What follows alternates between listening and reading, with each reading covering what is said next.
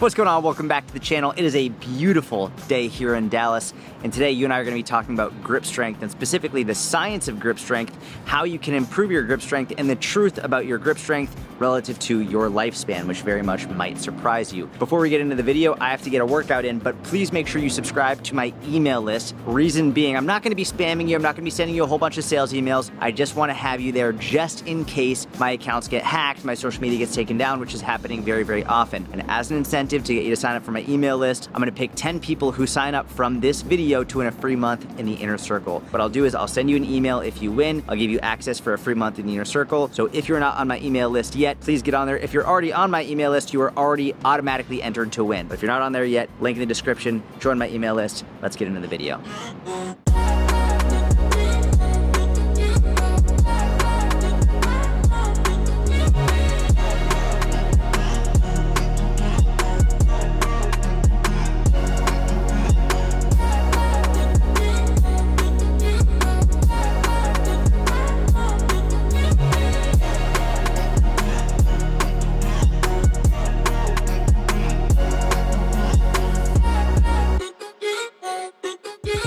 All right, strength is done. Had to make a couple adjustments. My shoulder wasn't feeling good, but now I have some sprinting to do.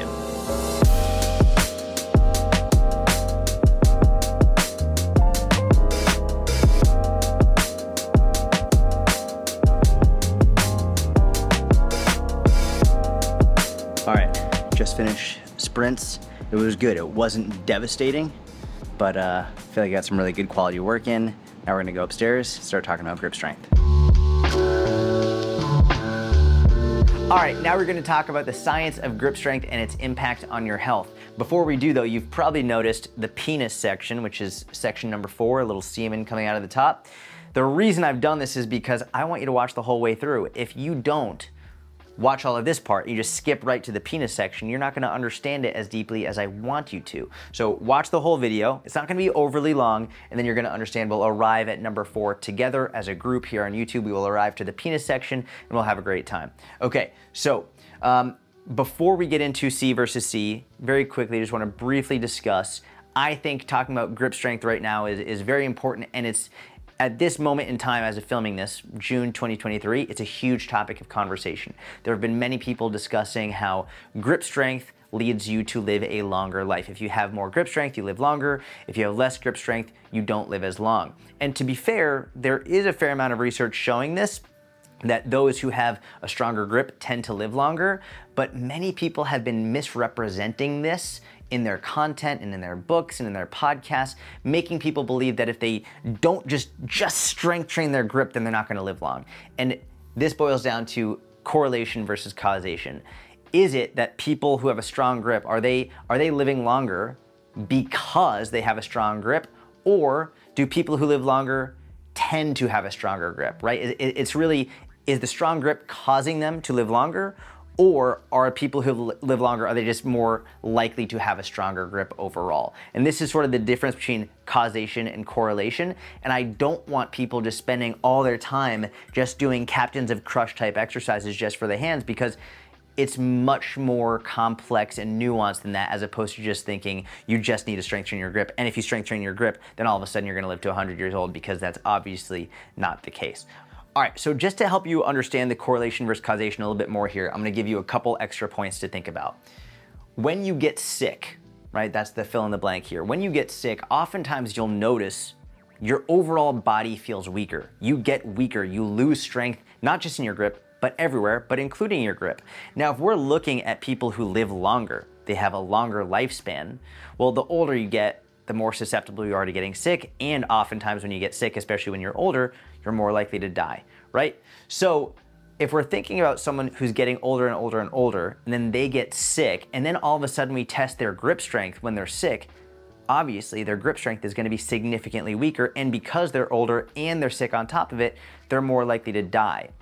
It's not that they're dying because they have a weak grip. They're dying because they're old and they're sick, and then they're dying, and as a result of being old and sick, their grip strength has declined. So that's important to think about as well.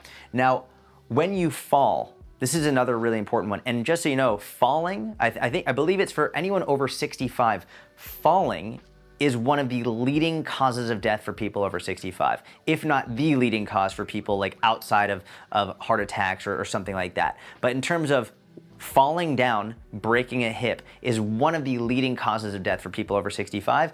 And I know for me, earlier in my career, I didn't really understand it until I actually saw it and I worked with people who had struggled with this. If you're older, you're over 65 or even younger than 65, but especially once you reach that age, you fall, you break your hip, your body can shut down. It's not just as simple as healing like you would when you were 10, 15, 20, 25, 30. Your whole body can really shut down. You get put on bed rest. It can be really, really stressful and difficult and legitimately be the cause of your death. So let's look at falling over, right? If you're falling over, oftentimes you're gonna try and grab onto something. And if you don't have the grip strength to grab onto something and hold and stabilize yourself, well, then you're more likely to actually fall, have an impact, and then die as a result of it. So again, here, it's not that people who have a weaker grip are dying because they have a weaker grip, but someone who's 70, 80, 90 years old who can grab onto something and then stabilize themselves, they're less likely to fall, which could then lead to their death. So again, it's not a causational thing, like stronger grip all of a sudden makes your heart and lungs work better. It's often that it might prevent you from having a situation in which you could die as a result of an impact or a fall or something like that. Now, the lifestyle of someone who has a weak or a strong grip, I think is arguably the most important of all of this. If we think about the lifestyle of someone who has a very weak grip, oftentimes a person who has a really weak grip, they're probably not strength training in general. Maybe they're not getting up and moving and walking around. Oftentimes someone who has a really weak grip, maybe they're not socializing with people, right? One of the things about socializing with people, and this I think goes so overlooked when we're looking at longevity and health span and lifespan overall, is socializing with people causes you have to get up, you have to move, you have to go out, maybe entertaining people, like even just something as simple as cooking, preparing foods. These things, they all train your grip. It's something that happens every day throughout the day. But if you're not socializing, you're not preparing things for other people, you're not even preparing things for yourself, oftentimes you're not gonna have a strong grip. And one of the largest studies, if not the largest study to date ever conducted looking at lifespan over the long term, obviously over the long term it's looking at fucking lifespan, but looking at lifespan is how socialization impacts your health and how long you live. And more than smoking, more than drinking, more than any of that, the greatest predictor of your lifespan is your relationships with other people. And so we can look at this from the perspective of your grip strength. If you're not walking around and moving, if you're not socializing, if you're not regularly strength training, your lifestyle overall isn't conducive to actually like holding things and moving around and being active, then of course you're gonna have a weaker grip strength and also you're less likely to live longer. Whereas looking at someone who does strength train, who does exercise, who does socialize, who does travel, who does go out on walks on a daily basis, this person is more likely to have stronger grip and as a result, likelier to live longer. Not because of the grip, but because of everything that contributed to them having a stronger grip. Now, for the last one, if you don't have good grip strength, think about how difficult it would be as you get older to sit in a chair and push yourself up if you don't have the stability in your wrist or the strength in your grip to hold yourself up. Think about how even difficult it would be to use a cane, to use a walker, to do anything if you don't have good grip.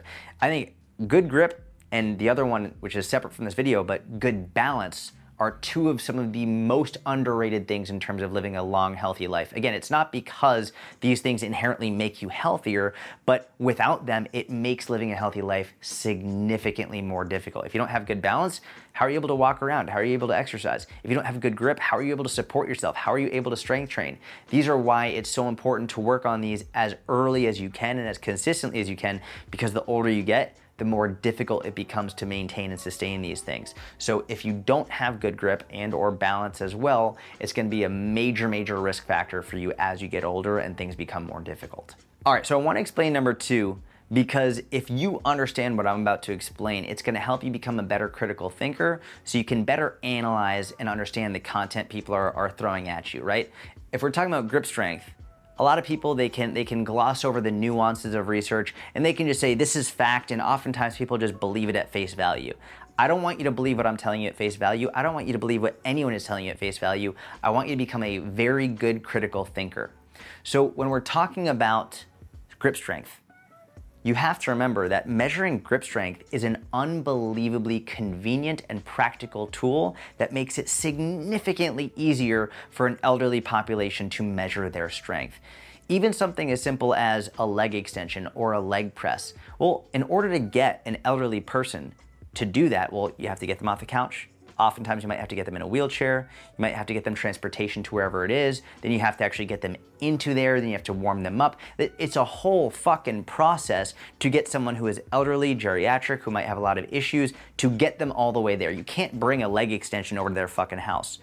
You can send them one of these though, or you can go there and watch them use one of these. You can have them use a dynamometer, which is significantly easier and more convenient, and that's often the tool that they'll use in research to measure grip strength. So this is what I want you to remember.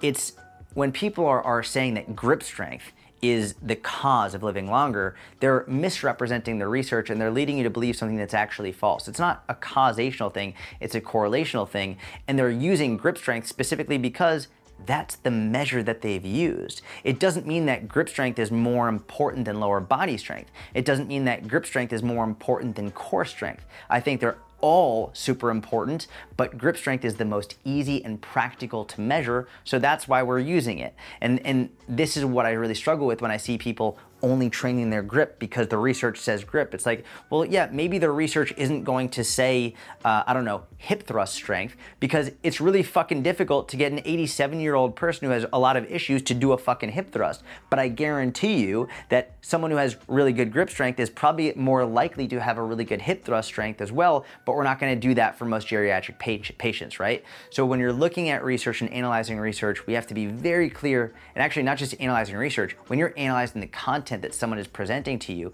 you have to be very cautious and scrutinize and ask, why grip strength? Is it inherently grip strength or is it overall strength? Why did they use grip strength to measure and not something else? This is something that's really important, and I really want you to remember that going forward. For things outside of grip strength, things outside of fitness, just overall life in general, when you think this way, it becomes easier for you to scrutinize and be a better critical thinker to arrive at the truth. So going from number 2 into number 3, the reality is it likely has far less to do with just your grip strength and far more to do with your overall strength, right? And here's the fact. Stronger bodies are more capable bodies. The stronger you are, the more capable you are to handle yourself. And I mentioned balance earlier, and I think this is really, really important.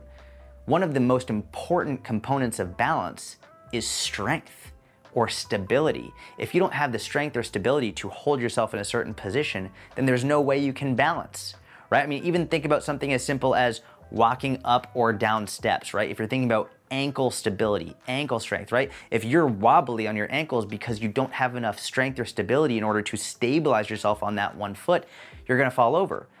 And it might not be because you suck at balance. It might be because you don't have enough strength in order to balance properly. So when we're really looking at all of this, it has far less to do with the intrinsic muscles of your hand and just getting those stronger, doing dead hangs from a bar with one hand or anything like that, and far more about just getting stronger overall. That's gonna be the most important thing you can do from a strength perspective for overall health span and lifespan. And alas, we have finally arrived at the penis section, and I wanna give you a couple of exercises that I love, not just for improving your grip strength, but improving your overall strength. Now, the penis section was originally going to be a too long didn't read section, which was just gonna summarize everything. But first, I'm gonna just give you a couple of my personal favorite exercises that I think everyone should be doing, or at least doing variations of. Let's look at a reverse lunge, for example. When you do a reverse lunge, you're not just strength training your lower body. You're not just building a booty, right? You're holding on to weights. And the weights are down by your side. In fact, when I was waiting for Mitch is in the background, give Mitch a follow. He's my videographer, he's the fucking man. When I was waiting for Mitch to get ready for this shot, I was like, shit, my grips are gonna be burning out because I was standing there for a minute. So I'm doing a reverse lunge, I'm holding the weights by my side. Yes, I'm strength training my lower body, I'm also training my grip. We can look at Romanian deadlifts as well. I'm holding the dumbbells there and I'm sending my butt back. I'm getting good hamstring recruitment, glute recruitment. I'm strength training my core, my lower back as well. Also my grip. Chin-ups are another fantastic option. Instead of just dead hanging from the bar, you could actually practice pulling yourself up as well and recruiting far more muscle, right? So you train your grip there, you train your back, you train your rear delts, all of that. What's the other one, Mitch? What's the other exercise we did today? Dumbbell rows. Dumbbell rows, right? This is another exercise. You're training your back, you're training your lats, your rhomboids, your rear delts, and holy shit, you're holding a dumbbell, so you're also training your grip.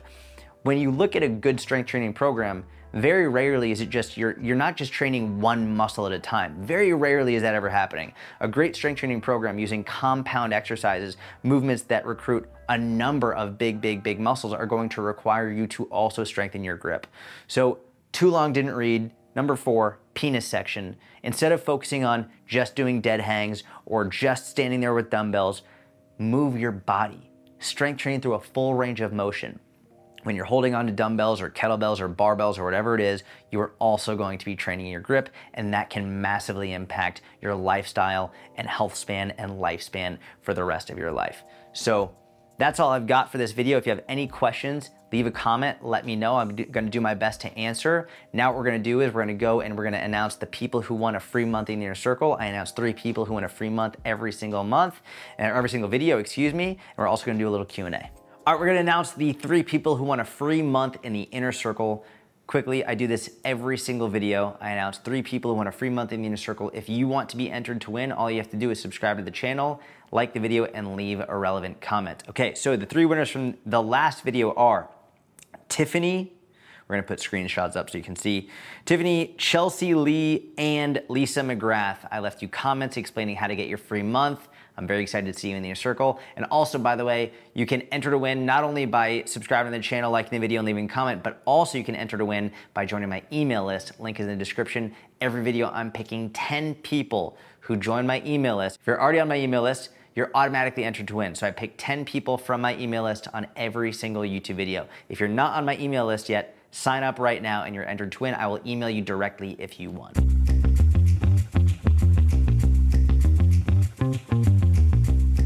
All right, now for some Q&A. This is from K.KinJesus. They asked, is working out at night not as effective as morning workouts? With the sad face. And I'm not mad at all at the person who asked this question. I'm furious with the industry that made this person believe for some reason that working out at night is not as effective as working out in the morning. This is a consequence of the industry either massively overcomplicating things and or overcomplicating it deliberately to try and create confusion so that you will trust that person more. The reality is it doesn't fucking matter when you work out. It doesn't. There are benefits to working out in the morning and there are benefits to working out at night. There are cons to working out in the morning and there are cons to working out at night. There are reasons why you could do either or. The most important part, regardless of the time of day that you work out, is that you work out. That is by far the most important thing. I see people massively overcomplicating this, creating so much stress and anxiety. Like imagine not working out at night because you think night workouts are just not nearly as effective as morning, but you can't work out in the morning because of work, family, whatever it is, so you end up not working out at all. Fucking stupid. Again, I'm not mad at the person who asked this. I'm mad at the industry as a whole for causing this person to believe that night workouts are not as effective. I mainly work out at night. That's the vast majority of what I do, whether it's now or even when I was a very high-level, elite, world-class powerlifter. The vast majority of my workout career has been at night. Many of my clients, Inner Circle members, work out at night. There's nothing wrong with it. The one potential drawback is that if you work out later, then often it's gonna be a little bit more difficult to get to sleep. But one of the drawbacks of working out very early in the morning is that you have to wake up early. So you're not getting as much sleep, right? So people who work out in the morning, they might wanna go to bed a little bit earlier so that they can get enough sleep in before they work out. And people who work out later, if they can, try and sleep a little bit later so you get the same total amount of sleep. Either way, there's pros and cons to both. Do whichever one you can do. All right, so Emily O'Sharland actually left a comment on one of my Instagram posts. If you don't follow me on Instagram, you can do that here. And she said, would you go as far as to say, when counting calories, you don't have to count fruit. And my response to her was, there's a difference between saying you don't have to count them and those calories don't count. You don't have to physically count your calories, but regardless of whether or not you physically count them, all of your calories count. A simple analogy might be when you're on the highway, you might have to keep a closer look at the speed at which you're driving because a cop might be there, they might pull you over, whatever it is. If you're on a far less busy road, maybe you're just like out ATVing or whatever it is where there's no speed limit, well, you're still going a certain speed even if you're not keeping track of it, right? So you always have to be aware of how fast you're going regardless of whether or not you could get pulled over or not. Same thing with the calories, whether it's from fruit, from vegetables, whatever. I very often will talk about how no one got fat from eating fruit, and there's always some motherfucker in the comments who's like, well, if someone is in a calorie surplus and strawberries are putting them in the surplus, well then, yeah, fruit is making them fat. No, motherfucker. If they're having strawberries, odds are maybe it makes up 100, 150, 200 calories from their total day. So, but you're not actually looking at the ice cream, the chips, the beer, any of the other stuff that they had. Even if they're in a surplus of calories, they're gonna gain fat regardless of where it's coming from. Even if it's lentils or strawberries or watermelon, it doesn't matter. If you're in a surplus of calories, then you're gonna gain fat, period. But very few people ever ate so much fruit that put them into a caloric surplus. Usually it's the chips, the French fries, the candies, the sweets, all that other stuff that does it, right? So, do you have to count your calories from fruit? No, you don't have to count your calories from anything. But regardless of whether or not you count them or track them, they all count. So what I recommend, especially for someone who is, if someone has a lot of weight to lose, I recommend they start counting their calories, but I don't really have them track their fruit or vegetable calories. If someone is already very, very lean and now they have to be much more strict and scrutinize their calories more, that's when I start saying, okay, maybe you want to be aware of how many of your calories you're taking in from fruit and vegetables because they still count. It's just if you have a lot of weight to lose, you have a lot more wiggle room. The leaner you get, the harder it gets and the more strict you have to be, and that's when I would really start to pay attention to it more. So if you're trying to lose 5 or 10 pounds, you might want to track those calories. If you're trying to lose 50 to 100 pounds, you probably don't need to worry about it as much. All right, that wraps it up for this video. Thank you so much for watching. I hope you found it helpful. I felt a little bit choppy, felt a little bit off today, but I hope it was good for you. Sounds like a sexual innuendo over there, but I hope you enjoyed it more than I did filming it because I just don't think I did my best today. But thank you so much for watching. If you are not subscribed to the channel, please do. Give the video a thumbs up if you found it helpful. Again, leave a comment if you'd like to be entered to win a free month in your circle. Make sure you sign up for my email list if you'd like to be entered to win a free month in your circle as well. Have a wonderful day. I'll talk to you soon.